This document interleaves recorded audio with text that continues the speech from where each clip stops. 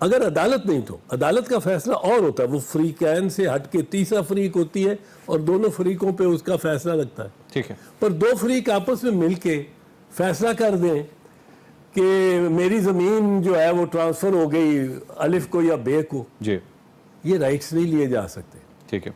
دوسرا کہہ دیا کہ سب کو جی معاف کر دیا, جس نے مظاہرے میں حصہ لیا, جس نے کچھ, اب موٹر سائیکل میری برباد ہو گئی ہے, روزی میری گئی ہے, آپ کون ہوتے ہیں معاف کرنے والے؟ تو سرکار بھی نہیں کر سکتی, یہ تو اسلام کی شرع کے مطابق بھی نہیں کر سکتی. سر یہ تو لاس ہوا نا, پھر نہیں کر سکتے. مظاہرین کا لاس ہوا نا, مظاہرین کا لاس ہوا, ان کے خلاف مقدمات اگر گورنمنٹ بناتی ہے, جس کی تصویر آ گئی, اگر اس کی انہوں نے مانگی ہے, فوٹیجز بھی مانگی ہے انہوں نے, شناخت ہو جائے کہ وہ ایک موٹر سائیکل پہ دوسری موٹر سائیکل پہ تیسری موٹر سائیکل پھینک رہا ہے اور آگ لگا رہا ہے, جی اس کے لیے تو وہ اس کو دو فریق مل کے تو معاف نہیں کر سکتے. لیکن چوہے صاحب یہ بھی تو اعتزاز صاحب حقیقت ہے نا کہ اس کا ہوتا کچھ نہیں ہے. آپ کو یاد ہوگا 126 دن کے دھرنے کے درمیان بھی جو پی ٹی وی کے اوپر جو حملہ کیس تھا, کیا ہوا اس کا کچھ بھی نہیں ہوا. وہ کیس ابھی تک اسی طرح ہی چل رہا ہے. 2014 کی بات ہے, آج 2018 ہو گئی ہے. یہ آپ درست کہتے ہیں, کچھ بھی نہیں ہوتا. یہ آپ درست کہہ رہے ہو. جو اربوں کا کروڑوں کا نقصان ہوا بیچارے عام پاکستانیوں کا, ان کا تو کوئی والی وارث. یہ آپ درست کہہ رہے ہیں اور بجا کہہ رہے ہیں, پر اس معاہدے کے ذریعے اگر کوئی سمجھتا ہے کہ ملزمہ ای سی ایل پہ ڈالی جا سکتی ہیں, تو وہ لکھا ہے کہ قانونی راستہ استعمال کیا جائے گا. جی تو کوئی قانونی راستہ نہیں ہے کوئی بری ہو جائے ٹھیک ہے تو اس کو ای سی ایل پہ ڈالنے کا. اچھا, قانون اور آئین کی میں بات کر رہا ہوں. اس سے کوئی جا کے دباؤ ڈال کے کن پٹی پہ پستول رکھ کے کرا لے تو یعنی آپ مجھے ایکسپلین کیجئے گا, یعنی اس وقت جو اپیل فائل کی گئی ہے اس کے تحت اس میں یہ صدا ہے کہ ان کا نام جو ہے وہ ای سی ایل میں ڈالا جائے, قانون اس چیز کی اجازت نہیں دیتا. ریویو پٹیشن, اپیل نہیں, ریویو.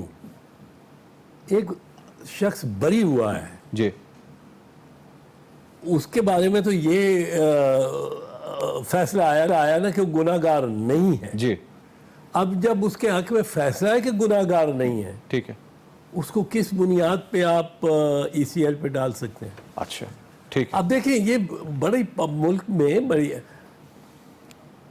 سیف الملوک جو وکیل تھے جی ملزمہ کے, وہ بیچارے بھاگ گئے ہیں. جی آپ پاکستان سے جانا پڑا انہیں, اور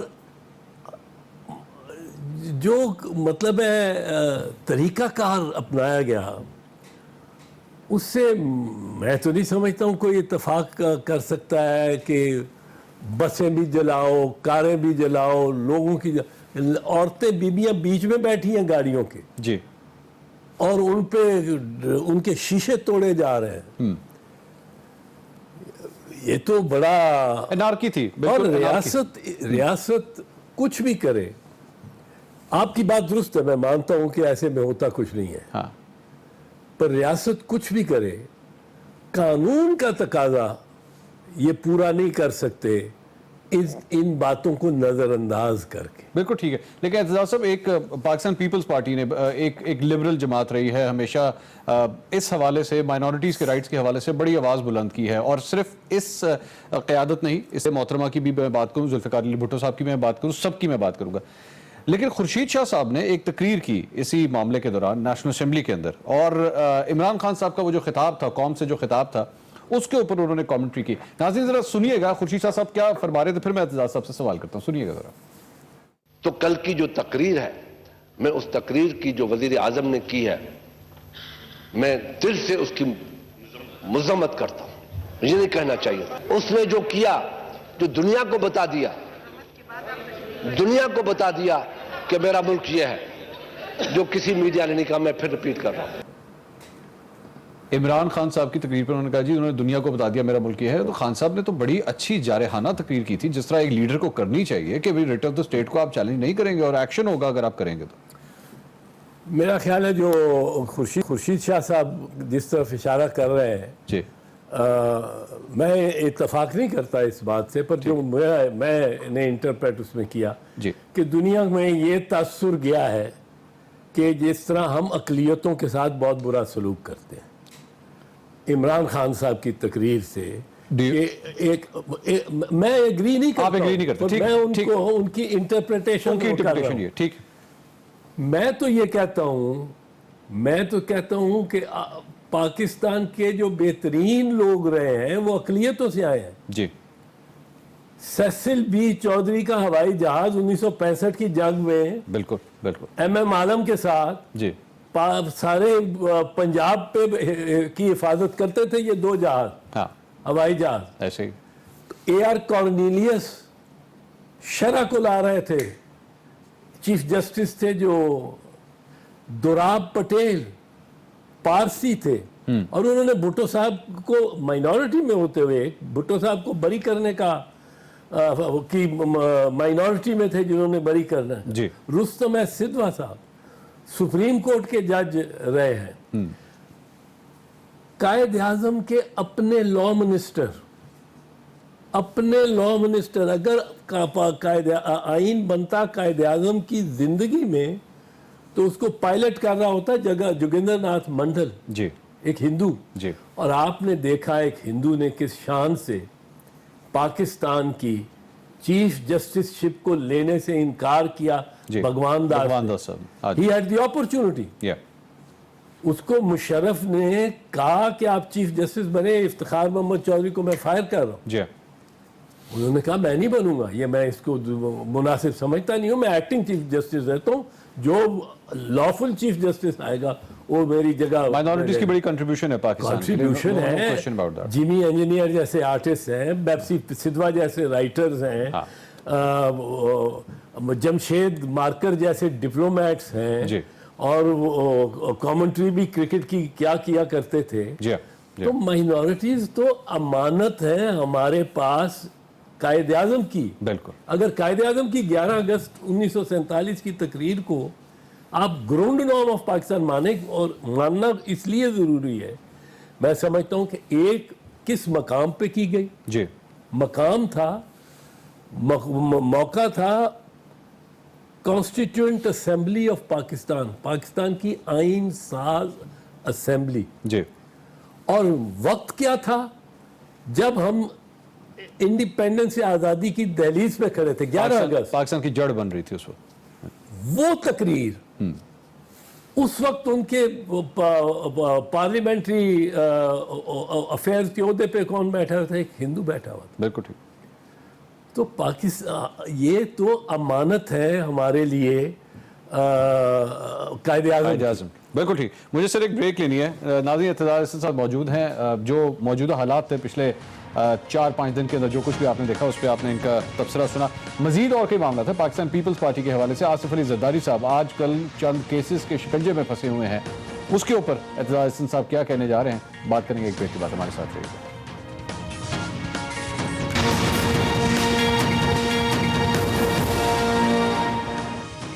ناظرین welcome back after the break. Pakistan Peoples Party کی سینئر رہنما اعتزاز احسن صاحب ہمارے ساتھ موجود ہیں. اعتزاز صاحب، فواد چودھری صاحب نے ایک بڑی امپورٹنٹ بات کی. انہوں نے کہا اس معاملے کو جڑ سے ختم کرنے کے لیے اپوزیشن اور حکومت کو مل بیٹھ کے سوچنے کی ضرورت ہے، اور اس کو ونس اینڈ فار آل اس ایشو کو ختم کریں گے ہم.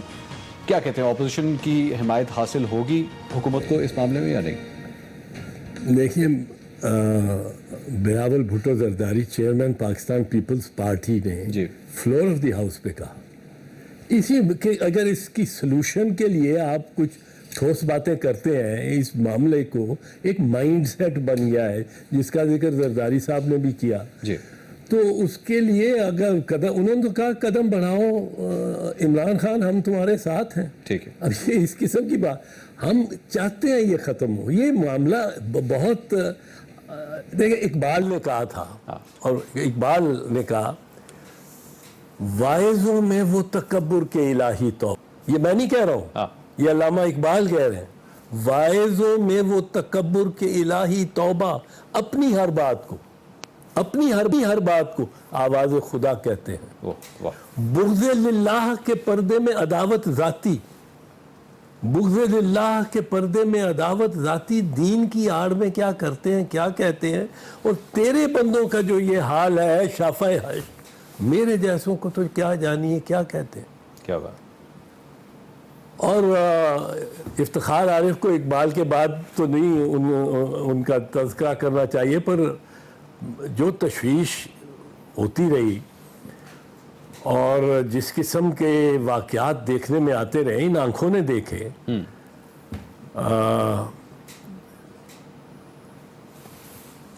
اسلامی اقدار کے بارے میں کوئی احتجاج بھی ہو کہ اس سلسلے کے اور حساس معاملات پر نہیں، جسے حضور اکرم کی صلی اللہ علیہ وآلہ وسلم کی ذات کا تعلق ہے، جی جی، اس کو شائستہ ہونا چاہیے. ہاں، اس میں شائستگی، سب سے زیادہ طاقت اس میں شائستگی کی ہوتی ہے. پر افتخار عارف نے جیسے کہا، ہم نے تو دیکھا، اب وہ جو سڑک پہ جا رہے تھے، موٹر وے پہ جا رہے تھے، جن کی گاڑیاں توڑی گئیں، جو ملتان روڈ پہ جا رہے تھے، جن کی موٹر سائیکلیں ان سے چھین کے جلا دی گئیں،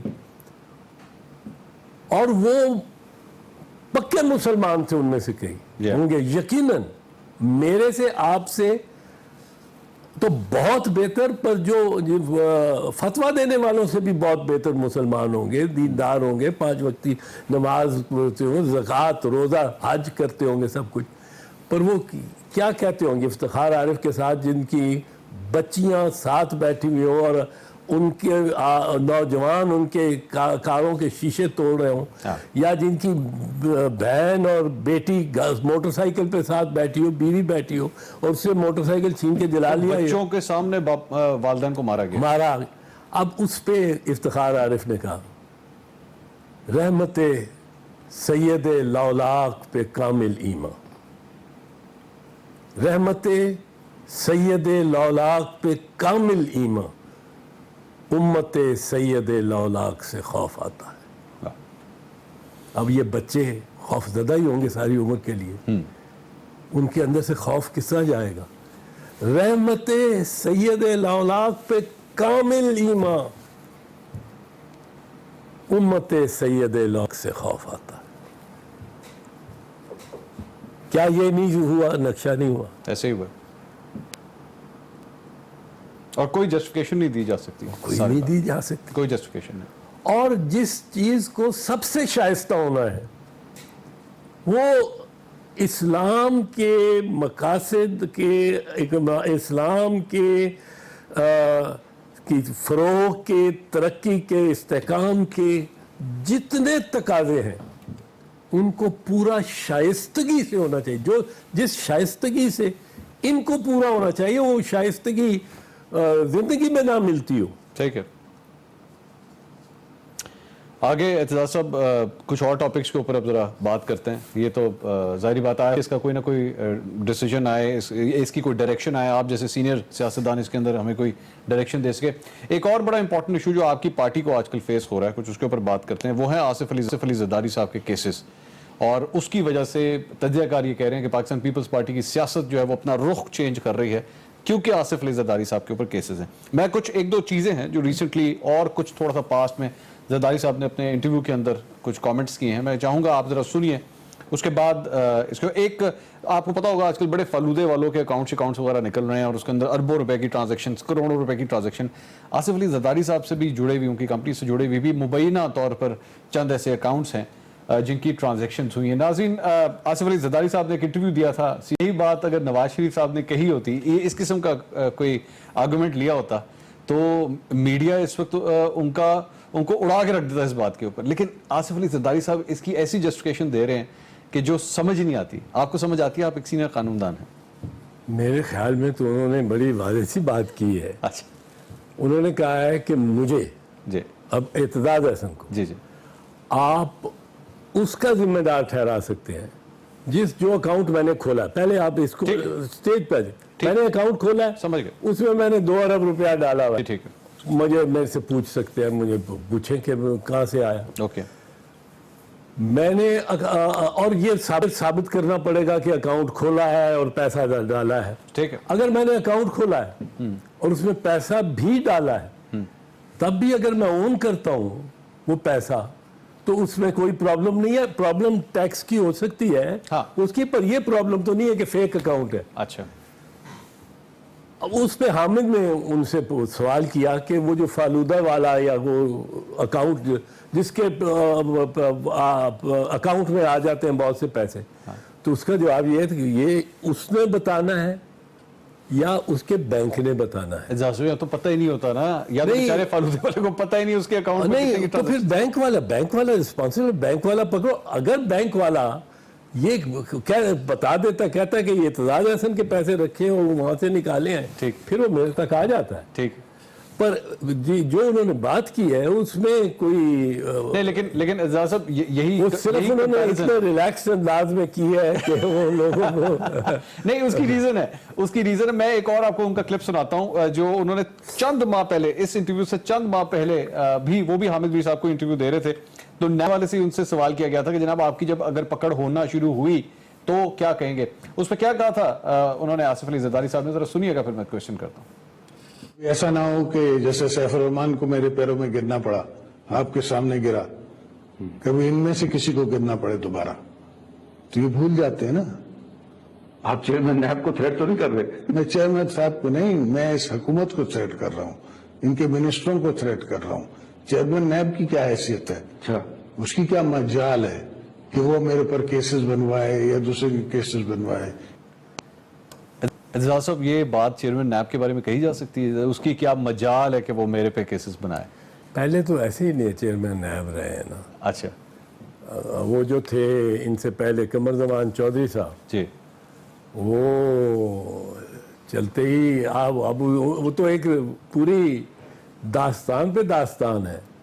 یہ چیئرمین نیب ٹھیک ہے؟ میں یہ نہیں کہہ سکتا ہوں, میرا اتنا واسطہ نہیں پڑا, پر میرے خیال میں کہ یہ کافی محنتی ہیں. اچھا, ہی از اے فارمر جج آف دا سپریم کورٹ. ان کے آگے میں پیش ہوتا رہا ہوں. بڑی ضخیم ججمنٹس لکھنی اور لاجیکل ججمنٹس لکھتے رہے ہیں.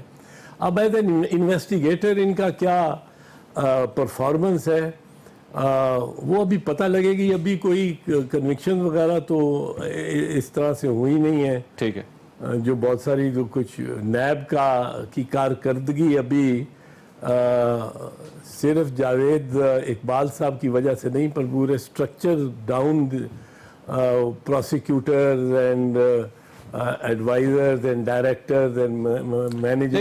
لیکن آپ کم از کم یہ بات انشور کر سکتے ہیں کہ آصف علی زرداری صاحب کے اگینسٹ اگر کوئی انویسٹیگیشنز اس وقت ہو بھی رہی ہیں یا ان کی بہن کے اگینسٹ, تو اس میں کم از کم کوئی سیاسی رخ نہیں ہے, کوئی سیاسی اینگل آپ کو تو نہیں نظر آتا ایسا کوئی؟ سیاسی اینگل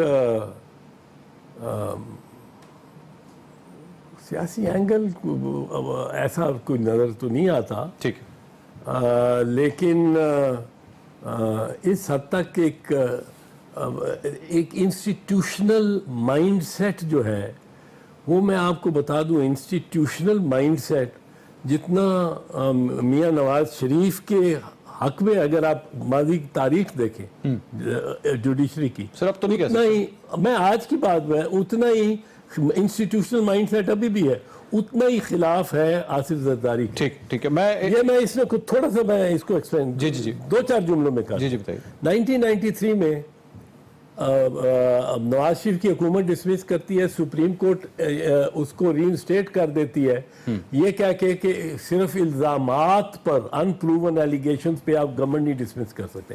1996 میں فاروق لغاری الزامات پہ بی بی شہید کی حکومت ڈسمس کرتا ہے, اس کو وہ بحال نہیں کرتا, وہی سپریم کورٹ. یہ سپریم کورٹ پہ میاں نواز شریف حملہ کرتے ہیں. 3 ان کے کرندے طارق عزیز, مویا منیر اور ایک اور صاحب کنوکٹ بھی ہو جاتے ہیں, ان کو کوئی کچھ نہیں کہتا.